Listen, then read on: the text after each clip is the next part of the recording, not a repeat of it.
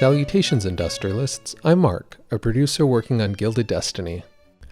In today's dev diary, we're going to talk about the HUD, or heads-up display, or simply HUD in the game. It's the bar at the top of the screen that will give you relevant and up-to-date information about the game.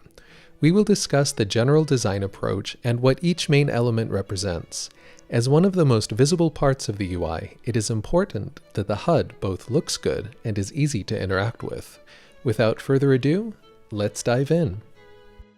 In designing the HUD, we wanted it to function more like a dashboard rather than a simple resource bar.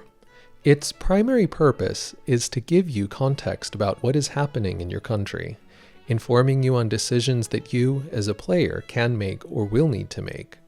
Each section of the HUD displays information about a specific core aspect of gameplay, corresponding to the tabs in the left-hand menu.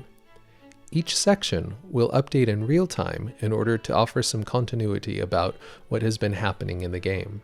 The main elements of the HUD are indicator icons to provide information at a glance, important stats relating to each section, notifications to highlight important information or events, and buttons to adjust the speed of the game, get extra help through our planned wiki, and of course to select your favorite music from Gilded Destiny's soundtrack.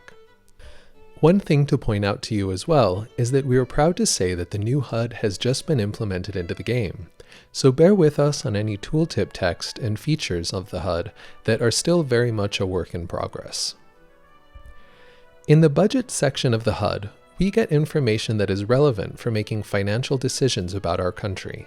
Front and center, you can see the amount of money in your treasury, with the weekly change in parentheses. The idea is to provide context of how your finances are changing over time and show a historical trend on your budget, surpluses, and deficits, providing a bit of continuity in gameplay so you have a clear idea of the trajectory of where things are going. Moving on to politics, you can see actionable information directly relating to your government. At the top, you can see the icons for authority and government support. Both of these are essential for you to monitor as the game progresses, as any unexpected changes in these would be a harbinger of hard times ahead for your rule. The indicator icons here will notify you when there is an action to be taken. The one that looks like a document will indicate whether you currently have a decision that can be enacted, and the icon showing a silhouette in the same shape as our policy icons will light up if you're currently able to change any policies. In the diplomacy section, you will see information that relates to how the rest of the world sees your country. That is, at the top, you'll see influence and infamy, which of course will change depending on which decisions you make and those that other countries make in the game. For more information, you can check out our dev diary on diplomacy. You can see your current diplomatic status in the center, and below you can see the three indicator icons. The globe indicates whether you can currently perform any diplomatic actions. The puzzle piece indicates whether you currently have a country that can be released, which can be done in the Release Nation tab in the Politics panel. And the document and sword icon indicates whether you have a casus belli available. For technology, we're presented with the current state of research across the three branches: academia, industry, and military. You can also see the average literacy rate and technology diffusion on the top, which both have a role in how technological progress is advancing in your country. The literacy rate will affect the research output of your POPs, as well as promotion and demotion of various POP groups. If you're interested in hearing more, be sure to check out our dev diary about technology. When it comes to trade, you will see your current trade balance along with the top goods that you're buying and selling in terms of value, not quantity, because otherwise, if we do quantity, it will just be basic foods effectively. The trade balance is also calculated in terms of value and can be useful for determining whether you should adjust your production, trade policies, or perhaps tariffs. That is, if you want to influence the balance of goods being exported versus imported. With a quick glance at the population section of the HUD, you'll get important information about the current state of your POPs. First, you can see the values for average happiness and average unrest, which is still awaiting implementation and coming soon, as you can see. Moving on to the indicator icons, the torch and pitchfork indicates that you have provinces that have a high enough unrest to start receiving unrest events.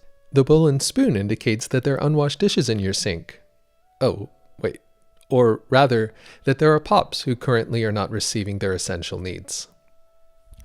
In production, you'll see up-to-date information about your workforce and status regarding production.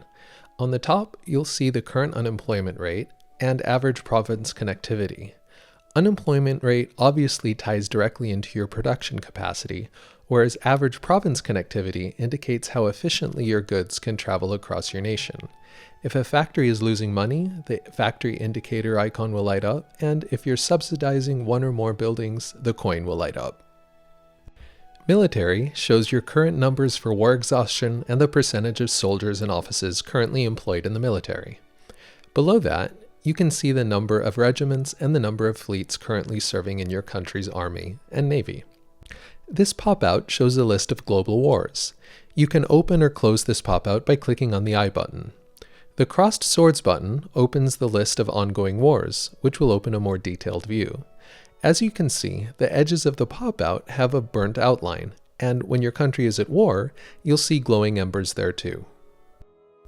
Over here, you'll be able to choose the game speed, from pause all the way up to light speed.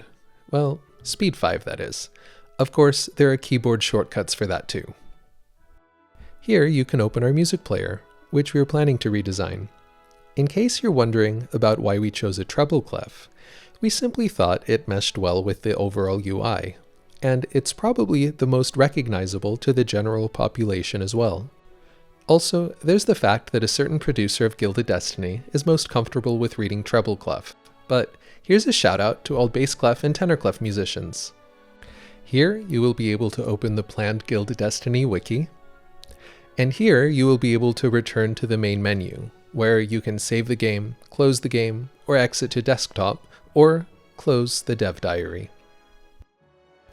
So that's probably a good place to close this dev diary, but a few final updates. We're making good progress on refining several of the important features of Gilded Destiny in preparation for the release of the alpha version of the game to our Kickstarter and Modian backers. Importantly, our dev teams are devoting much of their focus on resolving a few issues with the in-game economy and population. The main problems we are facing are maintaining the integrity of how pops consume, produce, and trade in-game, which all ties into the economy. Once these systems are working properly, and once we've thoroughly tested them, we're planning to release the alpha.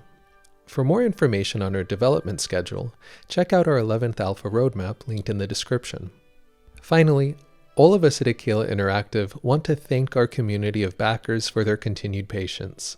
We endeavor to release the alpha as soon as possible, but more importantly than that, we want to bring you a game that is enjoyable and playable, where the core systems are largely functioning even if content and other features are still being developed.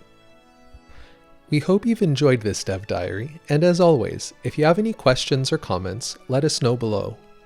Lastly, remember to subscribe to our YouTube channel, and if you have not done so already, add Gilded Destiny to your Steam wishlist. Until our paths converge once more, we bid thee farewell. May your destiny be a gilded one.